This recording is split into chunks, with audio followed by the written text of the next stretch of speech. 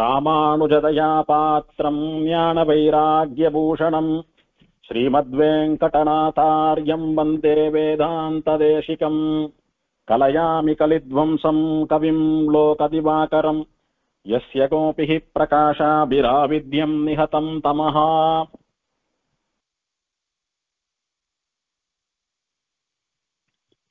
கண்ணார் கண்ணபுரம் கடிகை கடிகமழும் தன்னார் தாமரை சூழ் தலைச்சங்கமேல் திசையுள் விண்ணோர் நான்மதியை விரிகின்ற வெஞ்சுடரை கண்ணாரக் கண்டுகொண்டு கலிக்கின்றதிங்கென்று கொளோ. 108 திவ்யதேசங்கள்ல சோழ நாட்டு திருப்பதிகள்ல ஒன்றான திருத்தலைச்சங்க நான்மதியம் என்கிற திவ்யதேசம்.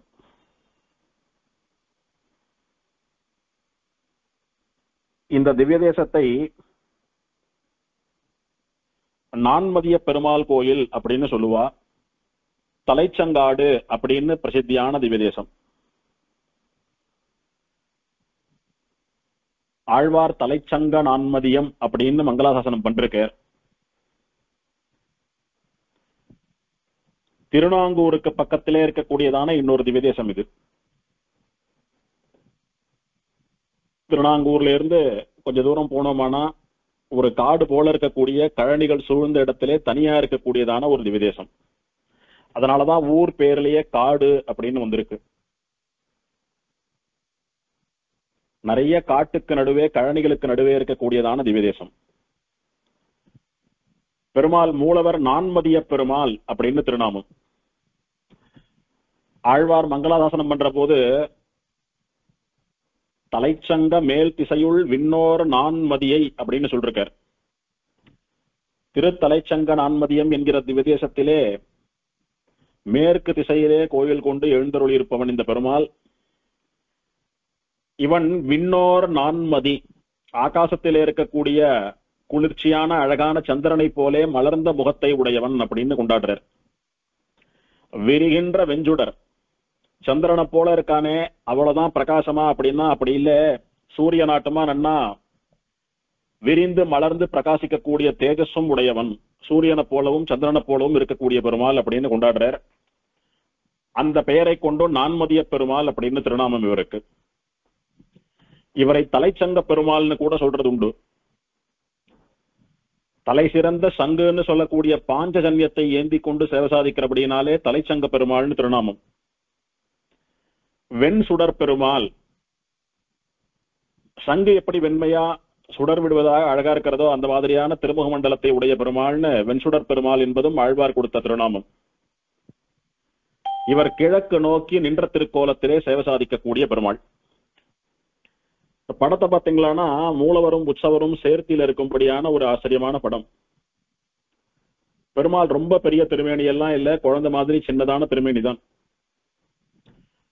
மேல் கரங்களாலே சங்கத்தையும் சக்கரத்தையும் ஏந்தி கொண்டிருக்கிறார் பெருமாள். கீழ் 2 கரங்கள்ல வலது கரம் அபயஹஸ்தமாகவும் இடது கரம் கதையை ஏந்தி கொண்டிருக்கக்கூடிய கரமாகவும் இருக்கிறது. உபயநாச்சிமார்கள் தாமரையை ஏந்தி கொண்டு அழகாக சேவை சாதிக்கிறார்கள். பெருமாள் உற்சவருக்கு வியோமஜோதி பிரான் அப்படின்னு திருநாமம். வியோமம் அப்படின்னா ஆகாசம், ஜோதி அப்படின்னா ஒளி, ஆகாசத்தினுடைய ஒளி போலே பிரகாசமாக இருக்கக்கூடிய பெருமாள் அர்த்தம். வியோம ஜோதி பிரான் அல்லது ஆகாசத்திலே ஒளியை தரக்கூடிய சூரியனை போலவும் சந்திரனை போலவும் பிரகாசமாக இருக்கக்கூடிய பெருமாள்னு திருநாமம். சுடர் அப்படின்னா தேஜஸ் அக்னி அப்படின்னு அர்த்தம். வெம்மையான சுடர், சூரியனுடைய சுடர் வெம்மையானது. அதனாலே சூரியனை போன்ற பிரகாசமுடைய பெருமாள் அப்படின்னு ஆழ்வார் தமிழ் அப்படியே வெஞ்சுடர் பிரான்னு பெருமாளுக்கு பெயர் கொடுக்கிறார். இது போக உற்சவருக்கு லோகநாத பெருமாள் அப்படின்னு திருநாமம். இந்த உலகங்களுக்கெல்லாம் நாதன், லோகநாதன், உலகநாதன் இதெல்லாம் உற்சவருடைய திருநாமம். உற்சவரும் அழகா மூலவரை போலவே திருமேனியில எந்த மாற்றமும் இல்லாமல் சங்க சக்கரங்களையும் அபயஸ்தமும் கதையும் வச்சுட்டு சேவை சாதிக்கக்கூடிய பெருமாள். தாயார் தனிக்கோயில் நாச்சியார், மூலவர் தாயாருக்கு தலைச்சங்க நாச்சியார்னு திருநாமம். தாயாருடைய படத்தையும் அடியேன் ஷேர் பண்ணிருக்கேன். மூலவர் படத்தை நல்லா ஆச்சரியமா ஆரஞ்சு நிறத்துல பட்டு உடுத்திட்டு சேவை சாதிக்கக்கூடியதான தாயார். அவளுக்கு தலைச்சங்க நாச்சியார்னு பெயர். உற்சவர் தாயாருக்கு செங்கமலவள்ளின்னு திருநாமம். விமானம் சந்திர விமானம், தீர்த்தம் சந்திர புஷ்கரிணி. இங்க இன்னொரு சிறப்புன்னா, இங்க எழுந்தருள் இருக்கக்கூடிய ஆண்டாள் நாச்சியார் உற்சவர் அசல் குழந்தை, ரொம்ப சின்ன திருமேனியா தான் இருப்பா தாயார். ஆனா அத்தனை அழகு தாயாருடைய திருமேனி. அங்க இருக்கக்கூடிய ஆண்டாள் உற்சவரை பிரத்யேகமா கூர்ந்து கவனித்து சேவிக்க வேணும். ரொம்ப சின்ன மூர்த்தியா இருந்தாலும் அத்தனை அழகோட வேலைப்பாடு கூட பண்ணப்பட்ட விக்கிரகம் அது. பெருமாள் யாருக்கெல்லாம் பிரத்யட்சம் அப்படின்னா, சந்திரனுக்கு, தேவர்களுக்கு, நித்திய சூரிகளுக்கு, இவாளுக்கெல்லாம் பிரத்யட்சமா சேவை கொடுத்தான் பெருமாள். ஆகமம் ஸ்ரீபாஞ்சராத்திர ஆகமம், மங்களாசாசனம் திருமங்கையாழ்வார் ஒரு பாசுரத்தாலே மங்களாசாசனம், மடல்ல ஒரு வரியை கொண்டும் மங்களாசாசனம் பண்றார். இப்படி ஒரு பாசுரம், மடலிலே ஒரு வரி என்று 2 பாசுரங்கள் இந்த திவ்யதேசத்திற்கு மங்களாசாசனம். இப்போ ஸ்தல புராணத்தை பார்க்கலாம். அடியன் ஷேர் பண்ற படங்கள் மொத்தம் 3. மூலவர் உற்சவர் பெருமாள் சேர்ந்திருக்கிற படத்தை அனுபவிச்சாயிடுத்து. தாயார் தனிக்கோயில் நாச்சியாரா இருக்கிற படத்தையும் அனுபவிச்சாயிடுத்து. இன்னொரு பெருமாள் மூலவரா நின்று இருக்கிற பெருமாள் ஷேர் பண்றேன் அடியன். அந்த பெருமாளை தலைச்சங்க பெருமாள் அப்படின்னு சொல்றா. இந்த பெருமாள் எங்க இருக்காரு அப்படின்னா, கர்ப்ப கிரகத்துக்கு வெளியில நாம நின்று சேவிக்கிற இடத்துல சைட்ல தின்ன போல ஒரு அமைப்பு இருக்கும். அது மேல நம்ம உள்ள நுழையறச்சா நம்மளை பாக்குறது போல பெருமாள் சேவை சாதிக்கிறார். இந்த க்ஷேத்திரத்துக்கும் சங்கத்துக்கும் நிறைய சம்பந்தம் உண்டு. அதை பின்னாலே பார்க்க போறோம். ஆகையினாலே இந்த சங்கினங்கள், சங்கினுடைய அதிதேவத்தை, சங்கு தேவதைகள் இவாள்லாம் இந்த பெருமாளை வழிபட்டதாகவும், அதனுடைய ஞாபகமா இந்த எம்பெருமான் சங்கு வடிவத்திலே ஒரு விக்கிரகத்தோடு எழுந்தருள் இருப்பதாகவும் சொல்லப்படுகிறது. பெருமாள் நின்றுருக்கார். திருவேங்கடமுடையானாட்டுமா இடது திருக்கையை சம்சாரம் இடுப்பளவே என்று காட்பது போல வச்சுருக்கார். வலது திருக்கைய அபயவஸ்தமா வச்சுருக்கார். மேல் 2 திருக்கரங்களாலே சங்கையும் சக்கரத்தையும் ஏந்திட்டு இருக்கார் பெருமாள். ஆச்சரியமா மலர்ந்த முகத்தோட நின்று கொண்டு சேவை சாதிக்கிறார். பெருமாளுடைய பின்பக்கத்துல பாத்தீங்களான்னா சங்கு போல ஒரு பேக்ரவுண்ட் இருக்கு. ஆளிலை கண்ணநாட்டுமா சங்குல பெருமாளுடைய திருமேனி செதுக்கப்பட்டதா தெரியுது. அவரை சங்கினங்கள், சங்கு தேவதைகள் இவாள்லாம் பெருமாளை பிரத்யட்சமா சேவித்து வழிபட்டு இருக்கா. அவளே அவளுடைய ஞாபகமா பெருமாளுக்கு தங்களை போன்ற அமைப்புடைய சங்கில பெருமாளை குடைவதாகிற இந்த விக்கிரகத்தை எழுந்தருள பண்ணி பிரதிஷ்டை பண்ணி சேவிச்சுட்டு போனான்னு சொல்றா. அந்த பெருமாளையும் பிரத்யேகமாக சேவித்துக் கொள்ள வேண்டியது. இப்போ ஸ்தல புராணத்தை பார்க்கலாம். இந்த க்ஷேத்திரத்துக்கு ஸ்தல புராணம் பெருசா ஒண்ணும் கிடையாது. ரொம்ப சுருக்கமான சின்ன ஸ்தல புராணம் தான் திருமணிக்கூடம் திவ்யதேசத்தை போல. பிரம்மாண்ட புராணத்திலே சொல்லப்பட்டதான ஸ்தல புராணம். சந்திரன் இருக்கானே, அவன் தன்னுடைய குரு பிரகஸ்பதியினுடைய மனைவி தாரைன்னு பெயர் அவளுக்கு. அவள் மீது தப்பா ஆசைப்பட்டு தப்பா நடந்துண்டான். ஆச்சாரிய பத்னின்னு சொல்லக்கூடியவள் நம்முடைய தாயாருக்கு சமானம். ஆச்சாரிய பத்னி, ராஜாவினுடைய பத்னி, குருவினுடைய பத்னி இவாள்லாம் நமக்கு அம்மாவுக்கு சமானம். நம்முடைய தமையனார் அண்ணாவினுடைய பத்னியான மண்ணி இவாள்லாம் நமக்கு தாயாருக்கு சமானம். நமக்கு படிப்பு சொல்லிக் கொடுக்கக்கூடிய ஆசிரியர்கள், பெண்பால் ஆசிரியர்கள் அவ இருந்தான்னா, டீச்சர்ஸ் இருந்தான்னா அவளும் நமக்கு அம்மா மாதிரி தான். நம்முடைய தமக்க அக்காவும் நமக்கு அம்மா மாதிரி அப்படின்னு பல பேரை அம்மாவாட்டோம்னு சாஸ்திரம் சொல்றது. அதே மாதிரி நமக்கு சம்பந்தம் இல்லைன்னாலும் யாரு நமக்கு நிறைய நாள் சாதம் போட்டிருக்காளோ அவளும் நமக்கு அம்மாவாட்டோம்னு சாஸ்திரம் சொல்றது. தன்னுடைய சொந்த ஆச்சாரியனான பிரகஸ்பதியினுடைய மனைவி இவனுக்கு சாட்சாத் தாயார போல அவள். இவனுடைய குரு பத்னி, ஆச்சாரிய பத்னி. அவளை தாயாராக நினைக்க வேண்டியவன் அவள் மீது தப்பா ஆசைப்பட்டு தப்பும் பண்ணுட்டான். இந்த விஷயம் பிரகஸ்பதிக்கு தெரிந்து பிரகஸ்பதி சந்திரனை சபிச்சுட்டார். சபிச்சுட்டு உனக்கு க்ஷயரோகம் வரட்டும் அப்படின்னு சாபம் கொடுத்தார். க்ஷயரோகம்னு சொல்லக்கூடியது, க்ஷயம் அப்படின்னா அழியறது, நாளுக்கு நாள் அழிந்து கொண்டே போகக்கூடிய ரோகம். அத சில பேர் குஷ்டரோகம்னு சொல்றா, சில பேர் காச நோய்னு சொல்றா, ஏதோ அந்த காலத்திலே ரொம்ப மோசமாக இருந்ததான ஒரு ரோகம் அது. அந்த ரோகம் வரட்டும்னு சபிச்சுட்டார். சந்திரனுக்கு க்ஷயரோகம் வந்துடுத்து, தன்னுடைய சக்தியெல்லாம் இழந்து பூலோகத்திலே வந்து விழுந்தான். இது ஆச்சாரிய பத்னியை தப்பா ஆசைப்பட்டு அவளை அடைந்த அந்த மகா பாபத்திற்கான தண்டனை. இதுவும் அல்லாமல் தக்ஷ பிரஜாபதியினுடைய 27 பெண்களை, 27 நட்சத்திரங்களா இருக்கக்கூடிய பெண்களை சந்திரன் மணந்து கொண்டான். அதிலே ரோஹிணி என்பவள் மட்டும் பேரழகியா இருக்கிறபடியினாலே அழகில் சிறந்தவனான சந்திரன் எப்போதும் அவள் அழகில் ஈடுபட்டு அவளிடமேயே விழுந்து கிடக்கிறான். மற்ற பெண்களை எல்லாம் ஏறெடுத்தும் பார்க்கவில்லை. ஆகையினாலே அந்த பெண்கள் எல்லாம் வருத்தப்பட்டு, எங்களுடைய வாழ்க்கை இப்படி வீணா போயிடுத்தோ, எப்பயும் ரோஹிணியோடய இருந்துட்டு இருக்கார், எங்களை எல்லாம் கண்ணெடுத்தும் பார்ப்பதில்லை அப்படின்னு தக்ஷ பிரஜாபதியினிடத்திலே போய் வருத்தப்பட, அவர் சந்திரனை கூட்டு அறிவுரை சொல்றார். கல்யாணம் பண்ணின்ற எல்லோரையும் சமானமாக வைத்துக் கொண்டு கண்கலங்காமல் காப்பாற்ற வேண்டியது ஒரு ஆண்மகனுடைய கடமை அப்படின்னு சொல்லி பார்த்தோம். கேட்காமல் என் அழகுக்கு சமானமானவள் ரோஹிணி தான் அப்படின்னுட்டு கர்வத்தோட கூட மாமனாருடைய பேச்சை அவமதித்து, மற்ற பெண்கள்லாம் கஷ்டப்படுறான்றதெல்லாம் கூட யோசிக்காமல் எப்போதும் ரோஹிணியோடே இருந்து வந்தான். இதனால் தன்னுடைய பெண்கள் எல்லாம் அழறத பார்த்துட்டு வயறறிந்த தக்ஷனானவன் சந்திரனுக்கு சாபம் கொடுக்க, உன்னுடைய அழகு குறைந்து கொண்டே போகட்டும்னு சாபம் கொடுக்க, நல்லா பௌர்ணமி நிலாவாட்டமா பிரகாசிச்சின்றிருந்த சந்திரனானவன் அழகு குறைந்து அப்படியே தேஞ்சுண்டே வந்து சக்தியை இழந்து பூலோகத்திலே விழுந்தான்னு 2 விதமான சாபங்கள் சந்திரனுக்கு. இப்படி பூலோகத்திற்கு வந்த சந்திரன் தன்னுடைய சாபங்கள் நீங்க பெற்று பழையபடியும் அழகனா ஒரு தேவனா வரணுன்றதுக்காக பல புண்ணிய தீர்த்தங்கள்ல தீர்த்தமாடி பல கஷேத்திரங்கள்ல தபஸ் பண்ணிட்டு வரான். அந்த மாதிரி ஸ்ரீரங்கத்திலே சந்திர புஷ்கரணியை நிர்மாணம் பண்ணி சந்திர புஷ்கரணியிலே தீர்த்தமாடி பெரிய பெருமாளை பிரத்யக்ஷாரம் பண்ணி பெரிய பெருமாளுடைய அனுகிரகத்தினாலே அங்கே சாபம் நீங்க பெறுகிறான். அதே மாதிரி திருமணிக்கூடம் என்கிற திவதேசத்திலே மணிக்கூட நாயக்கன் என்கிற வரதராஜ பெருமாளாலேயும் சாபம் நீங்க பெறுகிறான். அதே மாதிரிதான் திரு இந்தலூரிலே பரிமள ரங்கநாதனை சேவித்து அந்த புஷ்கரணியினுடைய கரையிலே தபஸ் பண்ணி அங்கு சாபம் நீங்க பெறுகிறான். அப்படின்னுட்டு இந்த 3-4 திவதேசங்கள்ல சந்திரனுடைய சாபத்தை நீக்குவதற்காகவே பெருமாள் எழுந்தருள் இருக்கிறான்னு ஸ்தல புராணம் தெரிவிக்கிறது. இதெல்லாம் ஒரு சாபம் ஒரு இடத்துல நீங்குத்துன்னு வச்சுக்கலாம், இல்லைன்னா ஒரு கல்பத்திலே ஒரு இடத்திலே சாபம் தீர்ந்ததுன்னு வச்சுக்கலாம். அப்படி சந்திரனுக்கு அனுகிரகம் பண்ணுவதற்காக எம்பெருமான் எழுந்தருளிய கஷேத்திரங்கள்ல இது ஒண்ணுன்னு தெரியுது.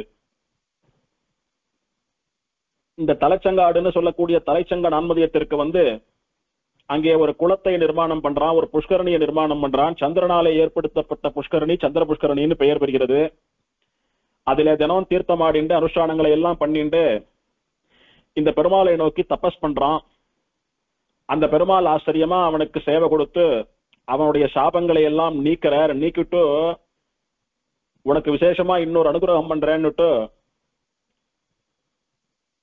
அந்த முழு நிலாவை சந்திரனை தன்னுடைய தலையிலே சூடிக்கொள்கிறார் பெருமாள். ருத்ரன்னு சொல்லக்கூடிய தேவத்தை தலையிலே சூடி கொண்டிருப்பது பிறை நிலா, பிறை சூடின்னு பெயர் அவருக்கு. நிலவினுடைய ஒரு பிறையத்தான் இவர் சூடின்னு இருக்கார். பெருமாள் பூர்ண சந்திரனையே தலையில சூடின்னு இருக்கார். ஆகையினாலே நான்மதிய பெருமாள் அப்படின்னு வழங்கப்படுறார் பெருமாள். நான்மதி அப்படின்னா நாள்தோறும் நமக்கு ஒளியையும் குளிர்ச்சியையும் தரக்கூடிய சந்திரன் அர்த்தம். சூரிய அஸ்தமனம் ஆயிடுத்து, சந்திரனே வரலன்னா லோகம் இருட்டா ஸ்தம்பித்து போயிடாதா? கொஞ்சமான வெளிச்சம் தெரியறதுன்னா அதுக்கு யார் காரணம்? சந்திரன் தானே காரணம். ராத்திரி ஆயிடுத்துன்னா சூரியன் இல்லாதபடினாலே உஷ்ணம் போய் ஒரு குளிர்ச்சி வருது, அந்த குளிர்ச்சிக்கும் யார் காரணம்? சந்திரன் தான் காரணம். அப்படி நாள்தோறும் நமக்கு ஒளியையும் குளிர்ச்சியையும் தரக்கூடிய மதின்னா சந்திரன். அதனாலே நாள் பிளஸ் மதி, அது புணர்ச்சியிலே நான்மதின்னு ஆறுது. அந்த நான்மதியை போல தினந்தோறும் பிரகாசிக்கக்கூடிய சந்திரனை போல, பௌர்ணமி சந்திரனை போல மலர்ந்த முகத்தோட அழகாக இருக்கக்கூடிய பெருமாள் நான்மதிய பெருமாள். நான்மதி அப்படின்னுட்டு பூர்ண சந்திரனான பௌர்ணமி நிலவை தன்னுடைய தலையிலே சூடிக்கொண்ட பெருமாள்னு இன்னொரு அர்த்தமாறுது. அப்படி 2 விதமான அர்த்தங்கள்ல இந்த எம்பெருமானுக்கு நான்மதிய பெருமாள்னு திருநாமம். வெண் சுடர் பெருமாள், சூரியனை போன்ற வெம்மையோடு கூட அத்தனை பிரகாசத்தோடு கூட ஜுவலிக்கக்கூடிய பிரகாசமான பெருமாள்னு திருநாமம் இவருக்கு. சந்திரனுடைய சாபம் நீங்கி போயிடுத்து, சந்திரனுக்கு அனுகிரகம் பண்ணி அவனை பூர்ண சந்திரனா பெருமாள் தலையில சூட்டிண்டு அவனுக்கு விசேஷமா அனுகிரகம் பண்ணினார். இப்படி சந்திரனுடைய சாபத்தை தீர்த்து அவனுக்கு அனுகிரகம் பண்ணின பெருமாள் நான்மதிய பெருமாள். ஆகையினாலே இவருக்கு சம்ஸ்கிருதத்திலே சந்திர சாபஹர பெருமாள்னு திருநாமம். சந்திரனுடைய சாபத்தை ஹரித்தவன். ஹரித்தவன் அப்படின்னா இல்லாமல் பண்ணியவன். சந்திரசாபஹரன் திருநாமம். பெருமாள் கையிலே ஏந்தி கொண்டிருக்கக்கூடிய சங்கம் இருக்கிறது, அதற்கு பாஞ்சஜன்யம்னு பெயர். அந்த பாஞ்சஜன்யம்னு சொல்லக்கூடிய சங்கு எல்லா சங்கங்களுக்கும் தலைவனாக விளங்கக்கூடியதான். சங்குகளிலே தலை சிறந்த சங்கு அது. தலைச்சங்கம் அப்படின்னா சங்கம் அப்படின்னா சங்கு, தலைச்சங்கம் அப்படின்னா சங்குகளுக்குள்ளே தலைவனை போல சிரேஷ்டமான உத்தமமான சங்கு. அப்படி உத்தமமான சங்கா இருக்கிறபடினாலதான் பெருமாள் அதை கையில ஏந்திட்டு தன்னுடைய வாயிலே வைத்து ஊதுகிறான். அதனாலே சங்கினங்கள் எல்லாம் வழிபட்ட பெருமாள் ஆனபடியினாலே அந்த சங்குகளுக்கெல்லாம் அதி தேவதையாக இருக்கக்கூடிய பாஞ்சசன்யத்தை கையிலே வைத்துக் கொண்டிருக்கிற பெருமாள், தலைச்சங்கத்தை கையிலே ஏந்திய பெருமாள், தலைச்சங்க பெருமாள் அப்படின்னு ஒரு அர்த்தம். இப்படி பலவிதமான அர்த்தங்கள் இந்த எம்பெருமானுடைய திருநாமமானது அனுபவிக்கப்படுகிறது. ஆழ்வார்களும் கூட எம்பெருமானுடைய திருமுகத்தை சந்திர ஒளிக்கு சமானமா சொல்றா பாருங்க. சந்திரனுடைய ஒளி எப்படி பிரகாசமா அழகா குளிர்ச்சியா இருக்கிறதோ அந்த மாதிரி திருமுகமுடைய பெருமாள்னு எத்தனை ஆழ்வார்கள் கொண்டாடுறா. ஆண்டாள் நாச்சியார் கதிர் மதியம் போல் முகத்தான்னு கொண்டாடினா. பெரியாழ்வாரோ திருநீர் சந்திர மண்டலம் போல செங்கன்மால் கேசவன் அப்படின்னுட்டு சந்திர மண்டலத்தை போல குளிர்ச்சியான பெருமாள் சிவந்த கண்களையுடைய கேசவன் கொண்டாடினர். சந்திரன் வெங்கதிர் அஞ்ச மலர்ந்தெழுந்து அணவி மணிவண்ண புருவில் மால் புருடோத்தமன் அப்படின்னு திருமங்கை ஆழ்வார் கொண்டாடுறார். திங்கள் அப்பு வான் எரி கால் ஆகி திசைமுகனார் தங்களப்பன் அப்படின்னுட்டு திருமங்கை ஆழ்வார் கொண்டாடுறார். திங்கள் அப்படின்னா சந்திரன் அர்த்தம். இப்படி பெருமாளுடைய திருமுக மண்டலமானது சந்திரனை போல அழகாகவும் ஒளியோடு கூடியதாகவும் குளிர்ச்சி தரக்கூடியதாகவும் இருக்கக்கூடியது. யாருக்கு குளிர்ச்சி தருது? அடியவர்களுக்கு குளிர்ச்சி தருது.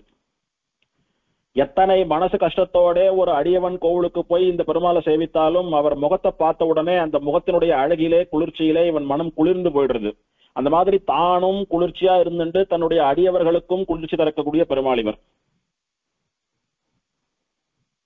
சங்க காலத்திலேயே ரொம்ப புகழ்பெற்ற ஊரா இந்த ஊர் இருந்திருக்கிறது. சங்க காலத்திலே காவிரி பூம்பட்டினம் அப்படின்னு நாம் எல்லாம் விசேஷமா கேள்விப்பட்டிருக்கோம்.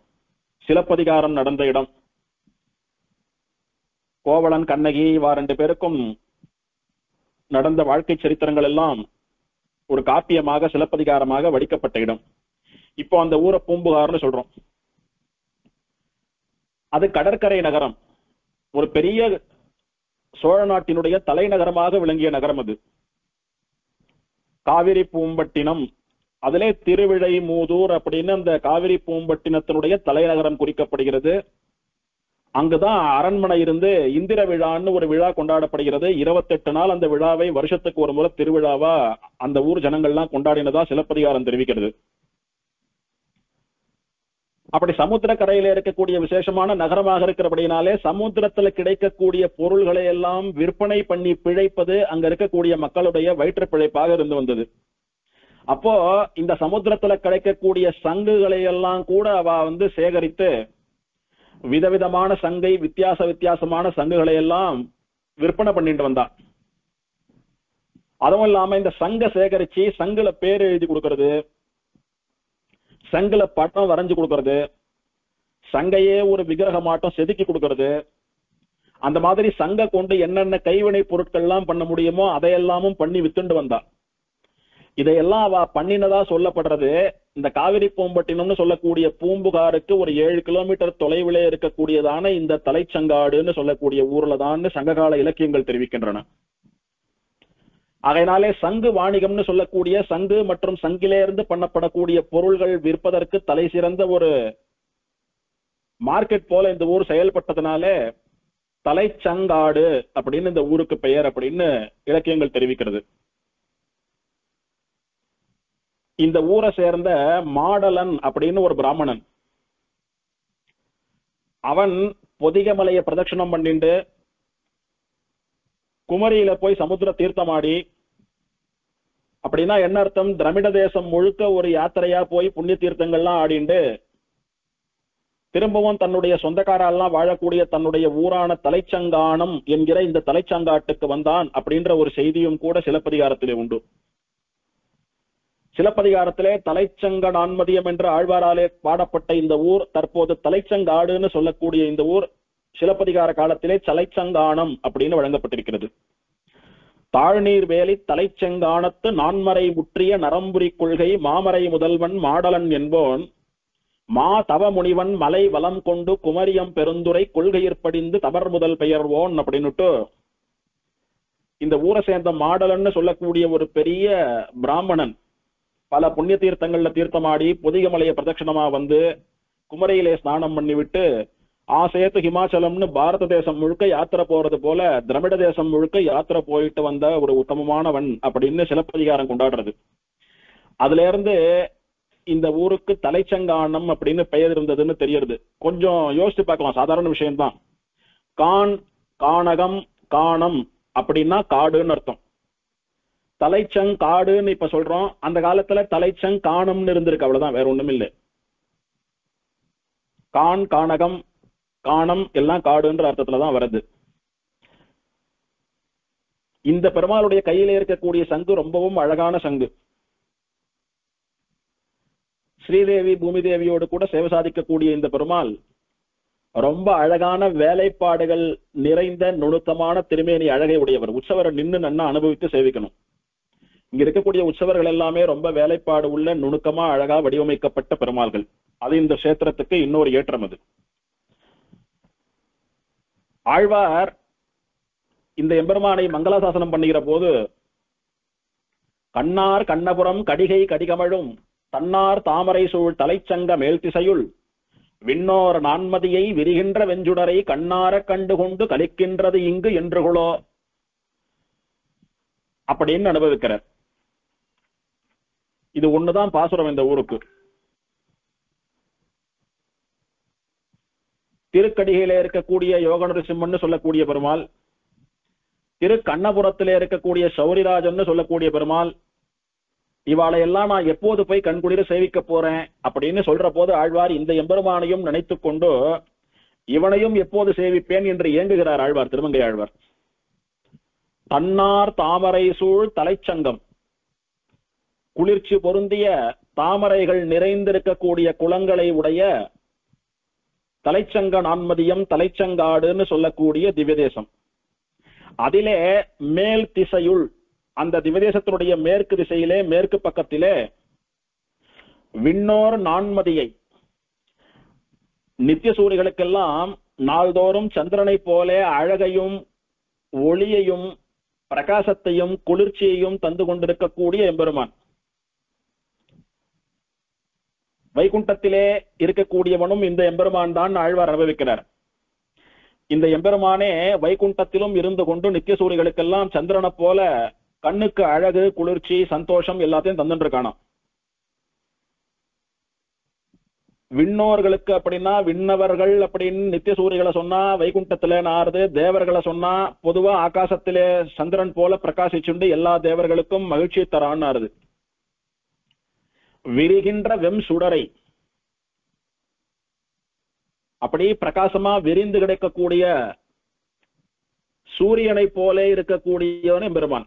சந்திரன் சொன்னா பெருமாள் குளிர்ச்சியானவர் தான், அவருடைய ஒளி கொஞ்சம் தான், சூரியன் அளவுக்கு பெரிய பிரகாசம் எல்லாம் கிடையாது அப்படின்னு நினைச்சுக்காதுங்க. அடியவர்களுக்கு சந்திரனை போல அழகா குளிர்ச்சியா இருக்கக்கூடியவர், பகைவர்களுக்கு சூரியனை போல வெம்மையோடு கூட கோபத்தோடு கூட பகைவர்களை அழிப்பவர். ஆகையினாலே வெம் சுடர் அப்படின்னார். வெறும் சுடர் இல்ல, வெம் சுடர். சூரியன் அத்தனை தூரம் அக்னி போல பிரகாசித்தாலும் எல்லோரையும் அழிச்சிடுறது இல்லையோ, அந்த மாதிரி பெருமாள் சூரியனை போல வெம் சுடரா இருந்தாலும் அடியவர்களுக்கு யார் துரோகம் பண்றாலோ அபச்சாரப்படுறாலோ அவளைத்தான் அழிப்பான், மத்தவாளை ஒண்ணும் பண்றது இல்லை. மத்தவாளை பாக்குறதுக்கு அழகா இருக்கக்கூடியவன். அப்படி சந்திரனை போலவும் சூரியனை போலவும் நித்திய சூரிகளுக்கும் தேவர்களுக்கும் மனுஷர்களுக்கும் எல்லோருக்கும் சேவை சாதித்து எல்லோருடைய மனதிற்கும் ஆனந்தத்தை குளிர்ச்சியை தரக்கூடிய பெருமாள் இந்த தலைச்சங்க நான்மதியம்னு சொல்லக்கூடிய திவ்யதேசத்திலே மேற்கு திசையிலே கோயில் கொண்டு எழுந்தருளி இருக்கிறார்.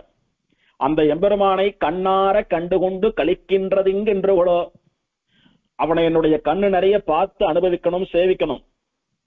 சேவித்து கலிக்க வேண்டும். கலித்தல் அப்படின்னா மகிழ்ச்சி உறுதல். பெருமாளை சேவித்து மகிழ வேணும்.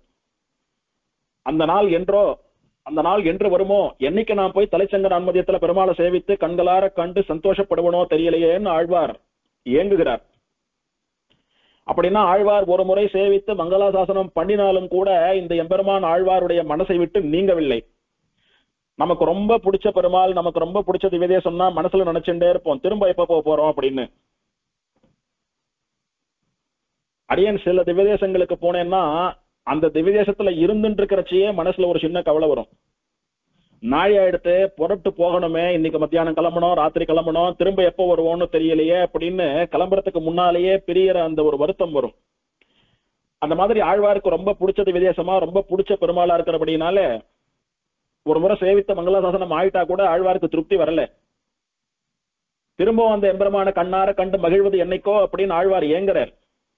அதற்கு ஒரு காரணம், ஆழ்வார் அவதார ஸ்தலமான திருவாலி திருநகரிக்கு பக்கத்திலே இருக்கக்கூடியதான ஒரு திவ்யதேசம் இது. ஆழ்வார் ஊர் பக்கம் பெருமாள் இவர். திருக்கண்ணபுரத்திலும் திருக்கடிகைன்னு சொல்லக்கூடிய சோழசிம்மபுரத்திலும் இந்த தலைச்சங்காடுன்னு சொல்லக்கூடிய தலைச்சங்க நான்மதிய திவ்யதேசத்திலும் நித்தியவாசம் பண்ணுகிற எம்பெருமான்களை எல்லாம் நான் என்னைக்கு கண்ணார கண்டு மகிழ போறனோன்னு தன் மனசுக்கு பிடித்த எம்பெருமான்களை எல்லாம் ஆழ்வார் வெளியிடுறார். திருக்கண்ணபுரம் பெருமாள் சொல்லவே வேணாம். ஆழ்வாருக்கு திருமந்திரத்தினுடைய அர்த்தத்தை காலக்ஷேபம் பண்ணின ஆச்சாரியன் அவர்.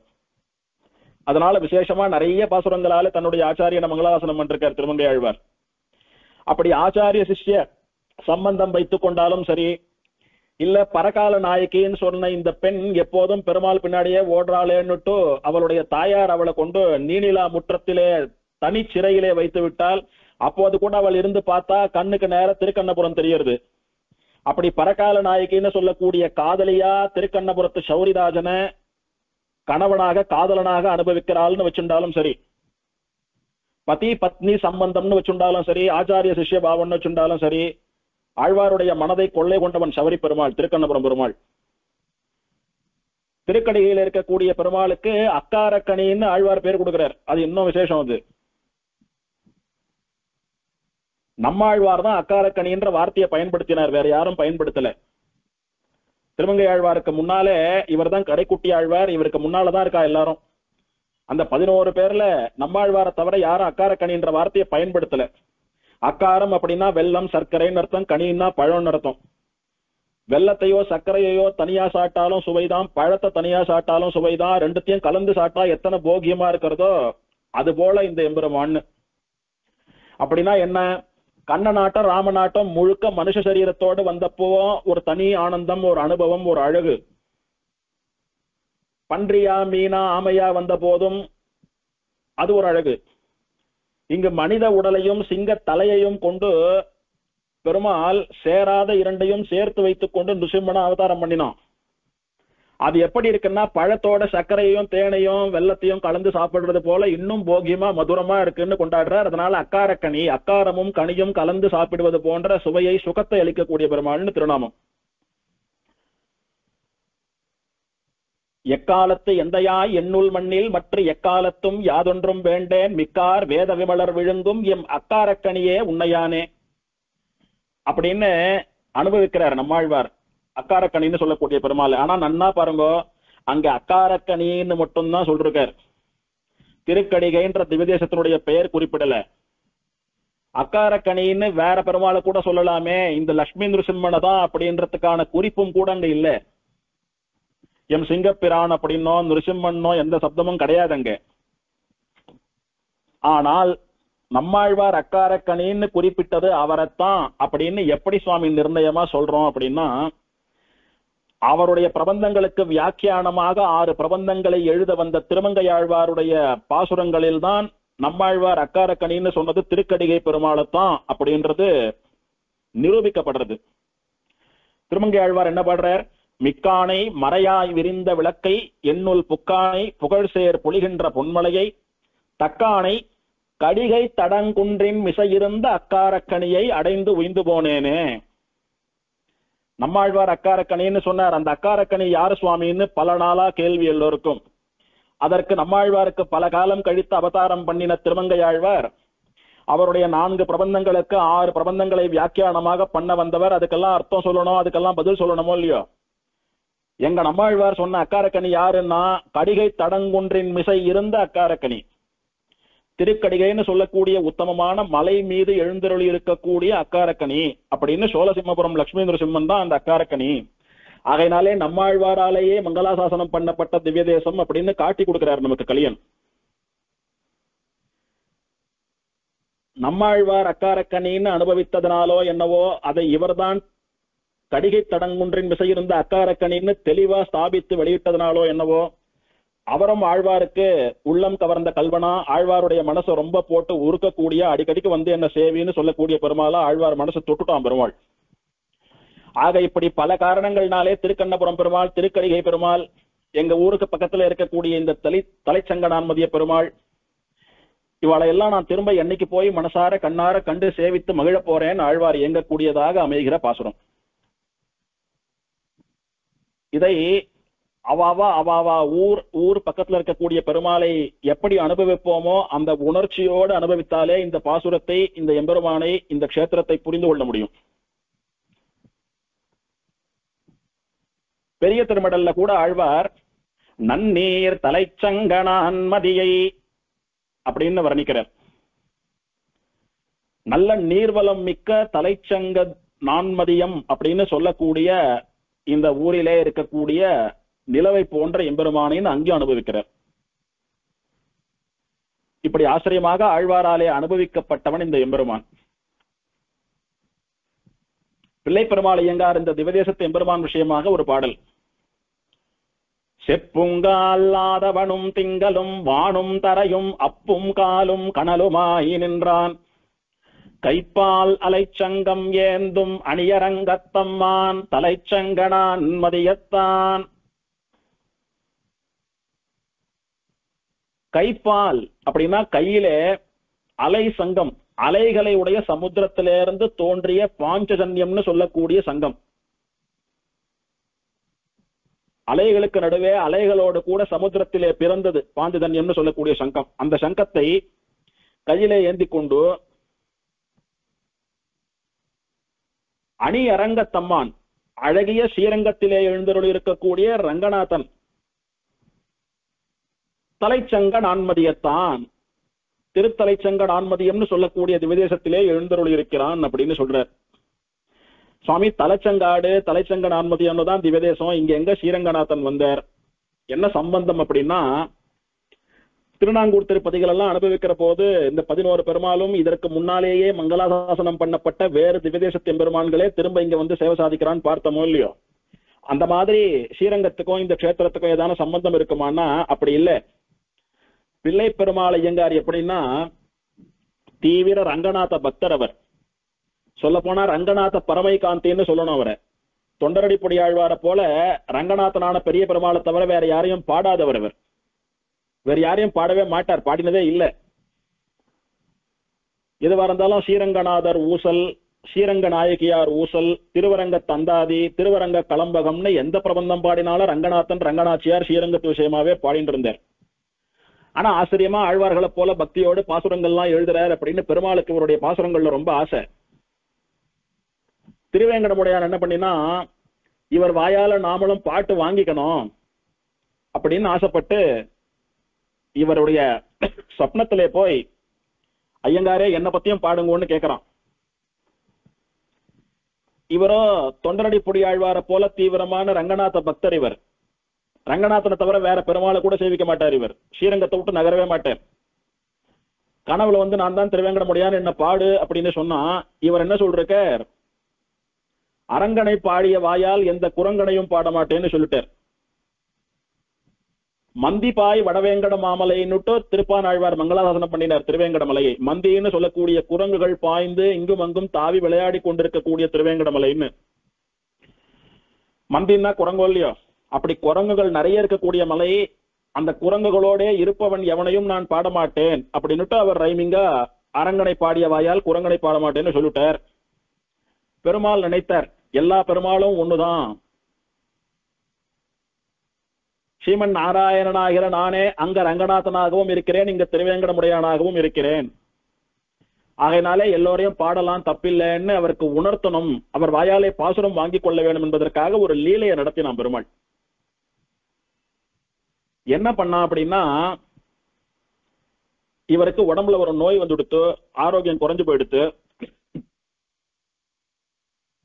ரொம்ப நாளா இவரால எழுந்து நடக்க முடியல, கைங்கரியம் பண்ண முடியல, அப்படி சோர்ந்து போயிட்டார். அந்த கஷ்டத்திலையும் பெருமாளை சேவிக்காம இருக்க முடியாதுன்னுட்டு பெரிய பெருமாளை சேவிக்கலான்னு போனார். போனவருக்கு ஆச்சரியம், அதிர்ச்சி. ரங்கநாதன் படுத்துட்டு இருக்கானோ இல்லையோ, அந்த இடத்துல ரங்கநாதனுக்கு பதில் திருவேங்கடமுடையான் படுத்துட்டு இருக்கிற மாதிரி சேவிக்கிறார் இவர். அங்க ரங்கநாதனே சேவை கொடுக்கல இவருக்கு, திருவேங்கடமலை சீனிவாசன் தான் சேவை கொடுக்குறான் படுத்துண்டு. அப்படியே அதிர்ச்சியா போயிடுது இவருக்கு. அப்ப பெருமாள் அசரீரியா சொல்றார், நான் தான் திருவேங்கடமலையில இருக்கிறேன், நான் தான் ரங்கநாதன், அதனால என்ன பேதம், என்ன பாடினா என்ன பாடுங்கோ அப்படின்னு சொல்லவே, திருவேங்கடத்து அந்தாதி அப்படின்னு திருவேங்கடமுடையான் மேல கூட 108 பாசுரங்கள் பாடினார் பிள்ளை பெருமாளையங்கார்.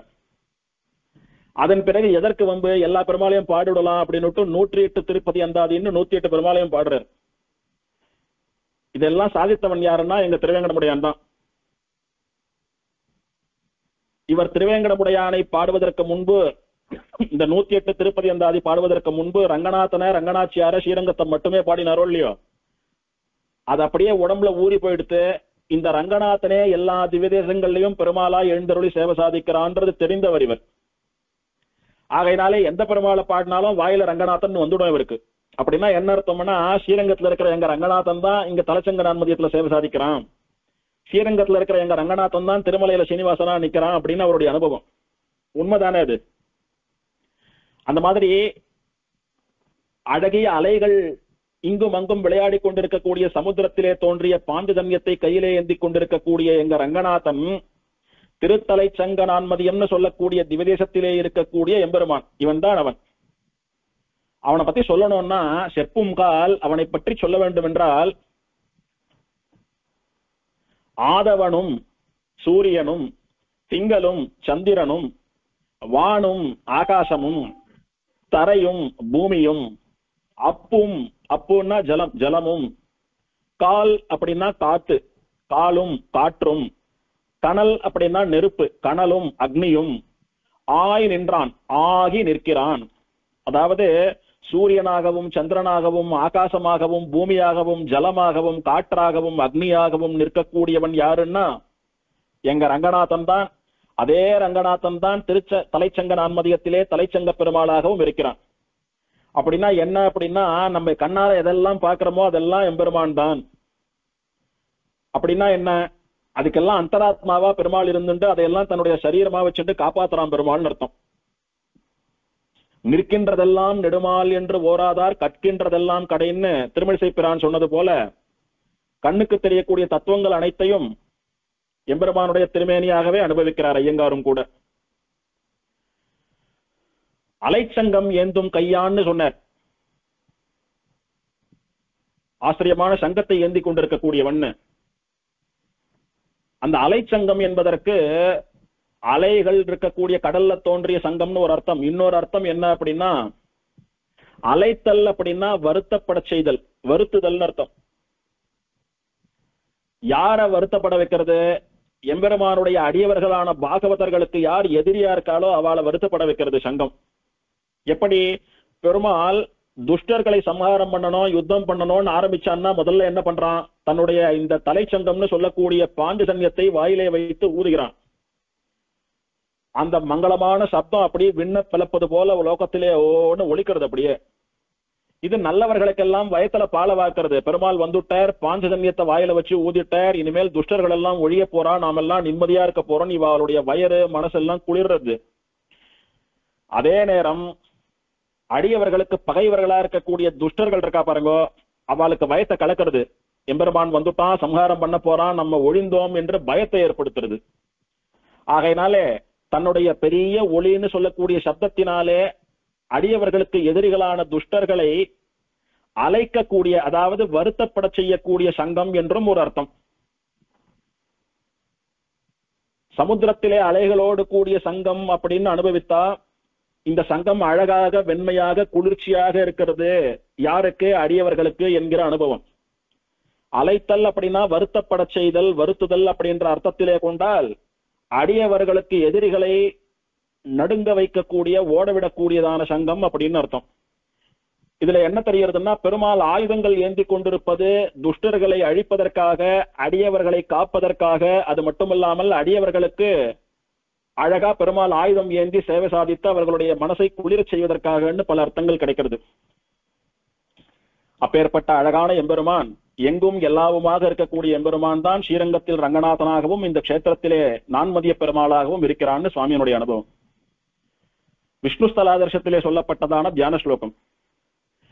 व्योमज्योतिरितीरितः शशिशरस्तीरे अरुणाब्जादवः पूर्वाम्बोधिमुखस्थलारुणवनाख्याते पुरे केचरे चान्द्रे चन्द्रनिभे विमुक्तभविनाम् बृन्दैः सुरैः सेवितः नित्यैराश्रितपाद्मपद्मयुगलः साक्षात्कृतो भासते व्योमज्योतिः इति ईरितः. வியோமஜோதிகி என்று சொல்லப்பட்ட எம்பெருமான் பெருமாளுக்கு வியோமஜோதி பிரான்னு திருநாமமோ இல்லையோ. அருணாப்ஜா அப்படின்னா அருணம்னு சொல்லக்கூடிய கமலத்திலே இருந்து, தாமரையிலே இருந்து தோன்றியவள் அர்த்தம். தாயாருக்கு செங்கமலவள்ளின்னு திருநாமம். இங்கே செங்கமலத்தை போன்று அழகாக இருக்கக்கூடியவள், செங்கமலத்திலிருந்து தோன்றியவள், செங்கமல கொடி போன்று வளைந்து நெளிந்து இருக்கக்கூடியவள், செந்தாமரையை போன்ற அழகான கண்களை உடையவள்னு பல அர்த்தம். அருணாப்ஜா செங்கமலவள்ளி தாயார். தவஹா அப்படின்னா அவளுடைய கணவனான எம்பெருமான் அர்த்தம். ஆக பெருமாளுக்கு வியோமஜோதி பிரான்னு திருநாமம், தாயாருக்கு செங்கமலவள்ளின்னு திருநாமம். பூர்வாம் போதி முகா, கீழே கடல். அதாவது இந்த திவதேசத்திற்கு கிழக்கு பக்கத்துல பார்த்தா பெரிய சமுத்திரம், கிழக்கு கடல்னு பெயர். அதற்கு கீழே கடல்னு பெயர். அதுதான் காவிரி பூம்பட்டினம் பீச். அது அதை நோக்கி சேவை சாதிப்பது போல எம்பெருமான் கிழக்கை நோக்கி கொண்டு நின்ற திருக்கோலத்திலே சேவை சாதிக்கிறான். எங்க அப்படின்னா தல அருண வன. தல தலை, அருண செம்மை, வனம் காடு. தலை செங்காடு அப்படின்றத தல அருண வனம் அப்படின்னு சம்ஸ்கிருதத்திலே மாத்துறார். புறம் அப்படின்னா ஊர்னு அர்த்தம். தலைச்செங்காடுன்னு சொல்லக்கூடிய ஊரிலே கேச்சரே சாந்திரே சந்திரனிபே. கேச்சரம் அப்படின்னா ஆகாசத்திலே தெரியக்கூடியதுன்னு அர்த்தம். பறவைகளுக்கெல்லாம் கேச்சரங்கள்னு பெயர். எது ஆகாசத்துல தெரியறதோ அதுக்கு கேச்சரம்னு பெயர். பறவைகள் மட்டுமல்ல, விமானமும் கூட ஆகாசத்திலே தெரிவது. அப்போ இந்த விமானத்தை பத்தி சொல்ல வர. சாந்திரே சந்திரனிபே, சந்திரனை போன்று அழகாகவும் குளிர்ச்சியாகவும் ஒளி தரக்கூடியதாகவும் விளங்கக்கூடிய சந்திர விமானத்தினுடைய நிழலிலே பவினாம், பவம் அப்படின்னா சம்சாரம், பவி அப்படின்னா சம்சாரிகள், அதாவது பக்தியோ பிரபத்தியோ பண்ணி மோட்சம் போறதுக்கு தயாரா இல்லாமல் சாதாரணமா தங்களுடைய வாழ்க்கையை வாழ்ந்து கொண்டிருப்பவர்கள், அவளாலே வணங்கப்படக்கூடியவனாக விமுக்த பவினாம், இந்த சம்சாரத்திலே இருந்து விடுபட்டவர்களான சரணாகதி பண்ணின பிரபன்னாலான முக்தாத்மாக்கள், மோட்சத்துக்கு போனவா இல்ல மோட்சத்துக்கு போறதுக்கு தயாரா இருக்கிற பாகவதா, இவாளாலையும் கூட சேவிக்கப்படுபவனாக சுரை சேவிதா, தேவர்களாலே எல்லாம் சேவிக்கப்படுபவனாக, நித்யைஹி, நித்தியசூரிகளாலே சேவிக்கப்படுபவனாக, ஆஸ்ரித பாத பத்மயுகலஹா, சம்சாரிகள் மோட்சத்துக்கு போறதுக்கு சித்தமா இருக்கிறவா, மோட்சத்துக்கு போனவா, தேவர்கள், நித்தியசூரிகள், இவா எல்லோரும் அடைகிற சரணாகதி பண்ணுகிற இரண்டு திருவடி தாமரைகளோடு கூட சாட்சாத் கிருதோ பாசதே. இப்ப யாருடைய பெயரெல்லாம் சொல்லிட்டு வந்தாரோ அவளுக்கெல்லாம் பிரத்யட்சமா சேவை சாதித்து விளங்குகிறான். யாரெல்லாம் சொல்லிட்டு வந்தார்? சந்திரனை சொன்னார். சந்திரனுக்கு காட்சி கொடுத்து அவனுடைய சாபத்தை தீர்த்த பெருமாள். தினம் சம்சாரி ஜனங்கள்லாம் பெருமாளை போய் சேவிச்சுட்டு இருக்கா. அன்னைக்கும் சேவித்தா, இன்னைக்கும் சேவிக்கிறா. எல்லா பொதுமக்களுக்கும் சேவை கொடுக்கக்கூடிய பெருமாள். முக்தாத்மாக்கள்னு சொல்லக்கூடிய மோட்சத்துக்கு போனவாலும் இந்த எம்பெருமான் அனுபவிக்கிறா உற்சவ காலங்கள் முதலிய காலங்கள்ல. சந்திரன் முதலான தேவர்கள் எல்லாம் இந்த எம்பெருமானை சேவிக்கிறா. இந்திர விழான்னுட்டு காவிரி பூம்பட்டினத்திலே நடந்ததுன்னு சிலப்பதிகாரம் சொல்ற போது இந்திரன் முதலான தேவர்கள் எல்லாம் அந்த ஊருக்கு வந்திருக்கா அப்படின்னு சிலப்பதிகாரம் தெரிவிக்கிறது. அப்போ அருகிலே இருக்கக்கூடிய இந்த எம்பெருமானை தேவர்கள்லாம் கோஷ்டியா சேவித்துக் கொண்டிருப்பார்கள் அப்படின்னு வச்சுக்கணும். ஆகையினாலே தேவர்களாலே பிருந்தைகி, கூட்டம் கூட்டமா தேவர்கள் 33 கோடி தேவர்களும் கூட்டம் கூட்டமா சேவித்த பெருமாள் இவன். நித்தியசூரிகளாலே சேவிக்கப்பட்ட பெருமாள். இவாளுக்கெல்லாம் காட்சி கொடுத்துண்டு அவளாலே வணங்கப்பட்ட 2 திருவடி தாமரைகளோடு கூட பெருமாள், நான் இருக்கிறேன், என்னுடைய திருவடியை பற்றி கொள்ளுங்கள், உங்களுக்கு எல்லா நன்மைகளையும் தருகிறேன், உங்களுடைய கஷ்டத்தை எல்லாம் தீர்த்து வைக்கிறேன் என்று வாக்கு கொடுப்பது போல விளங்குகிறான் இந்த கஷேத்திரத்தில.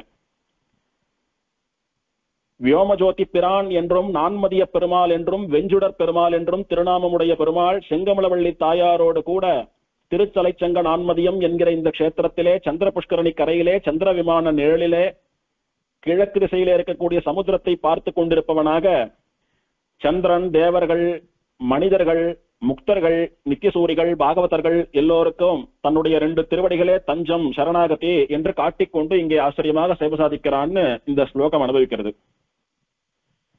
व्योमज्योतिरितीरितः शशिशरस्तीरे अरुणाब्जादवः पूर्वाम्बोधिमुखस्थलारुणवनाख्याते पुरे केचरे चान्द्रे चन्द्रनिभे विमुक्तभविनाम् वृन्दैः सुरैः सेवितः नित्यैराश्रितपादपद्मयुगलः साक्षात्कृतो भासते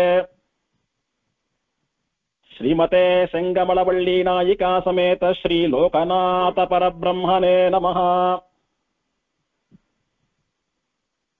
ஆழ்வாரெம்பெருமானார் சீரார்த்தூப்புள் திருவேங்கடமுடையான் திருவடிகளே சரணம்.